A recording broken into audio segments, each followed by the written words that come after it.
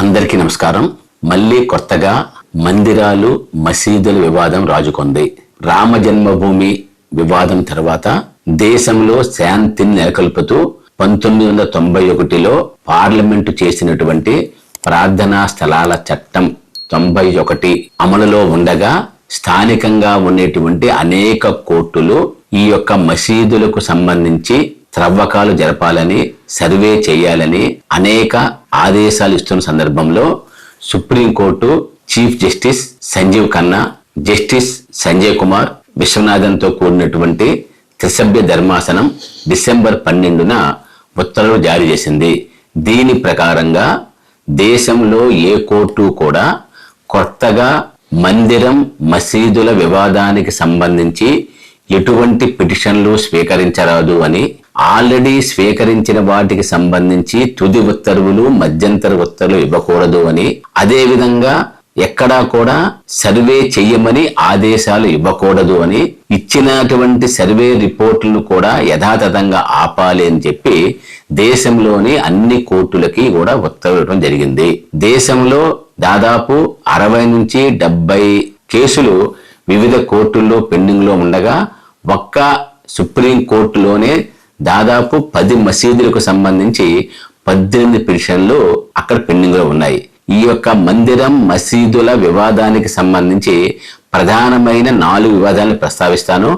ఒకటి, కాశీలోని జ్ఞానవాపి మసీదు వివాదము.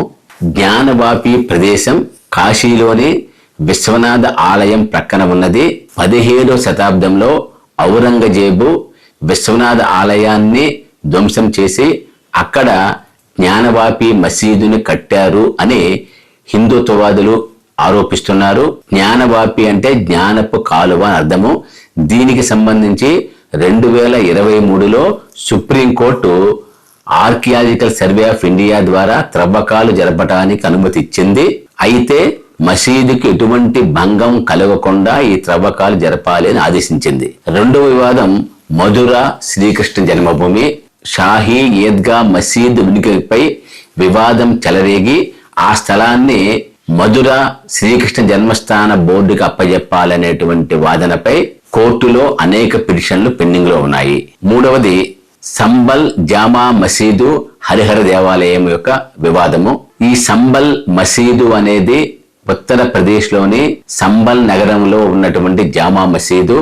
ఈ మసీదు ఒకప్పుడు పురాతన హరిహర దేవాలయంగా ఉండేదని, 16వ శతాబ్దంలో బాబర్ కాలంలో దీనిని ధ్వంసం చేసి జామా మసీదు నిర్మించారు అని, తిరిగి దానిని పునరుద్ధరించాలని హిందూవాదులు కోర్టులో పిటిషన్ వేయగా స్థానిక కోర్టు సర్వేకు అనుమతించింది. ఈ సర్వే సందర్భంగా జరిగినటువంటి అల్లర్లు, కాల్పుల్లో 5గురు చనిపోయారు. ఇది వివాదంగా ఉంది.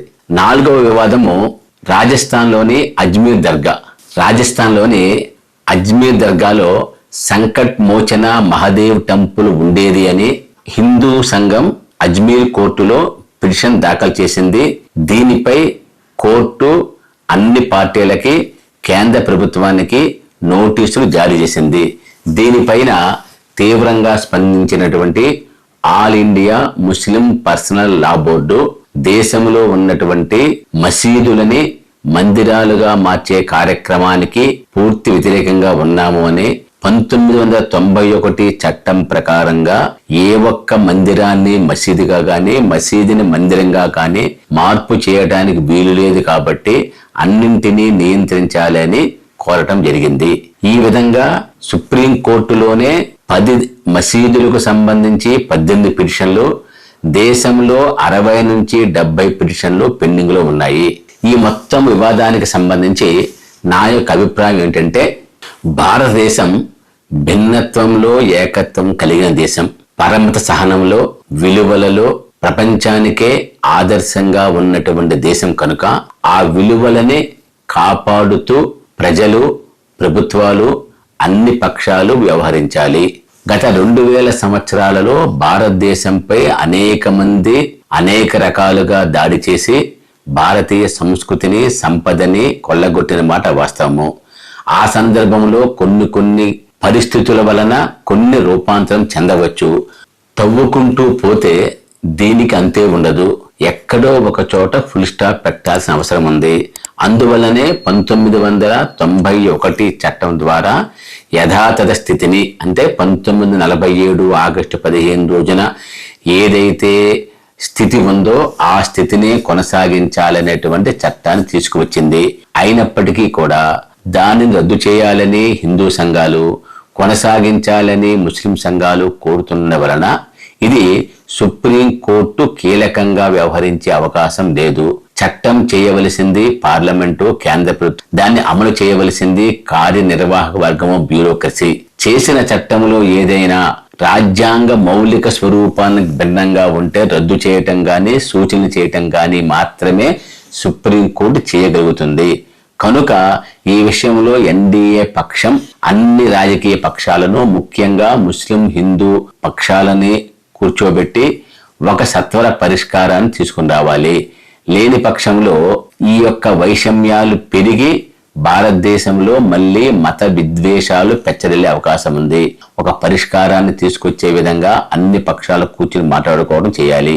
అభివృద్ధి పదంలో భారతదేశం ముందుకెళ్లే విధంగానూ అవసరమైన అన్ని చర్యల్ని కూడా కేంద్ర ప్రభుత్వం అందరితో మాట్లాడి ఏకాభిప్రాయం తీసుకువచ్చి ప్రపంచానికే భారతదేశం భిన్నత్వంలో ఏకత్వం కలిగిన దేశంగా, శాంతియుత దేశంగా, పరమత సహనానికి ప్రతీకగా ఉన్న దేశంగా మనల్ని మనము నిరూపించుకోవటానికి ఒక మంచి అవకాశంగా ఆ విధంగా కేంద్ర ప్రభుత్వం చర్యలు తీసుకోవాలని కోరుతున్నాను. Thank you.